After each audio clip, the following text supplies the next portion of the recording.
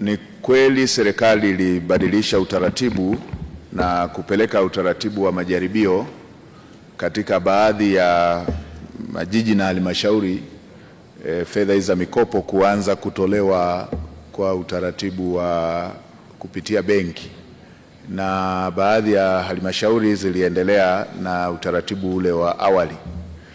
Sababu kubwa ya kufanya hivyo ilikuwa ni kupeleka utaratibu huu kwa maafisa wanaoshughulika na masuala ya mikopo, hasa kudhibiti tatizo lililokuwa linajitokeza la vikundi hewa, la watu wanakaa kwenye halmashauri pale, wanatengeneza vikundi, wanatengeneza syndicate kutoka baadhi ya watumishi wa ndani ya halmashauri na wale wanaopokea fedha hizo.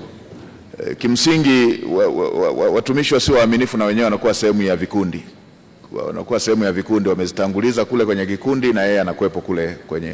Kwa baada ya zoezi lote lile, lengo la serikali linakuwa halijatimia, lile la kuwasaidia wahusika hasa wanaofanya shughuli hizo za uzalishaji, na lengo la pili la kwamba kutakuwepo na marejesho ili na wengine waweze kupata, na lenyewe linakuwa halitimii. Kwa hiyo ndio ilikuwa sababu ya msingi.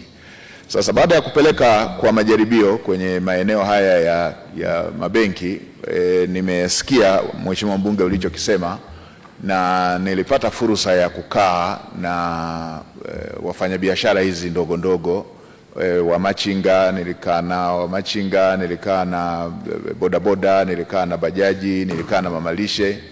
Moja ya mambo walioelezea yalikuwa yanafanana na hayo ambayo Mheshimiwa Mbunge umeyasema, na maelekezo niliyoyatoa ambayo ndio dira iliyotolewa na Mheshimiwa Rais ni kwenda kwenye uhalisia. Machinga hawezi kuwa na hati ya nyumba. Ukimwambia alete hati ya nyumba ndio apate mkopo, ni dhahiri hata kuwa na hiyo hati ya nyumba. Na maeneo mengine walielezea kwamba wanatakiwa watoe dhamana, barua ya udhamini wa watumishi walioko serikalini.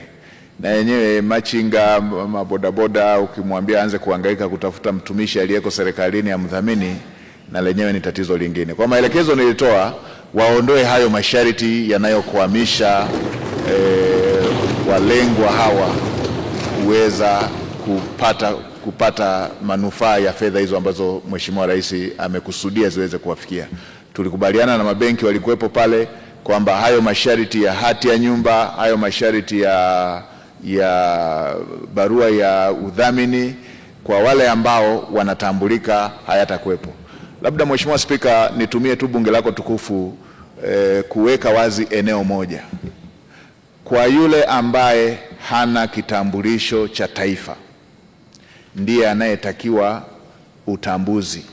Wale ndio ambao wamekuwa wakitakiwa watoe barua ambayo at least mtambulishe kwamba yeye ni Mtanzania. Mheshimiwa Spika, mimi nakumbuka kuna watu tumesoma wote sekondari, tukiwa tunapanga wote, tunagombania chakula hapo na mapoti na masahani. Tumeenda chuo pale tunapanga foleni.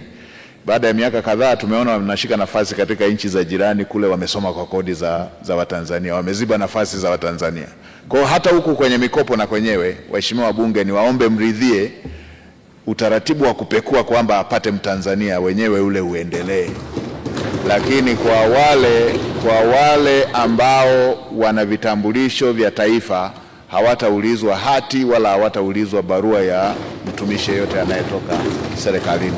Na Mheshimiwa Rais Daktari Samia Suluhu Hassan anamaanisha kwenye jambo hili la kuwawezesha vijana wa Kitanzania, wanawake wa Tanzania, ndugu zetu wenye kutoka makundi maalum. Ndio maana mbali na zile 442 kaongeza bilioni 200 ndani ya siku 100 baada ya kuchaguliwa kwake, ili kuongeza wigo wa vijana hawa kuweza kupata huduma hiyo.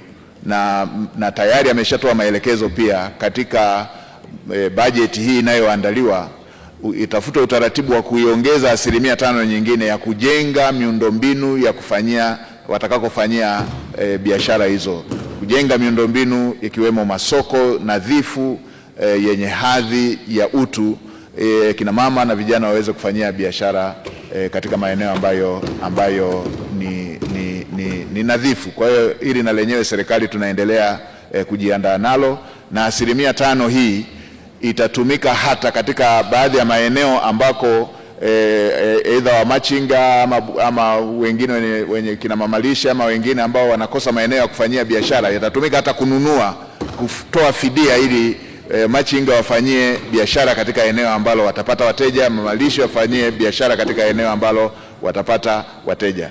Na Mheshimiwa Spika, mke wangu aliwahi kuwa mamalishe, kwa hiyo ninapoongelea watu hawa naongea kwa passion, kwa sababu nimewahi kuishi kwa kulishwa na fedha ya mamalishe. Mheshimiwa Waziri Mkuu, kwanza nikushukuru sana, na hasa kwa hili swala la mwisho ambalo lilikuwa lina utata sana na wakurugenzi kwa hawana kauli ya serikali. Kwa tamko lako leo, hili ni agizo la serikali na lizingatiwe na lifuatwe ili kuhakikisha wananchi hasa wa kipato cha chini wapate hizi pesa za Mheshimiwa Rais. Leo Mheshimiwa Waziri Mkuu, tuna vijana wanafanya biashara za online. Online haihitaji ofisi, online haihitaji chumba, inahitaji uaminifu tu. Bodaboda sasa hazisubiri abiria, zinafanya delivery.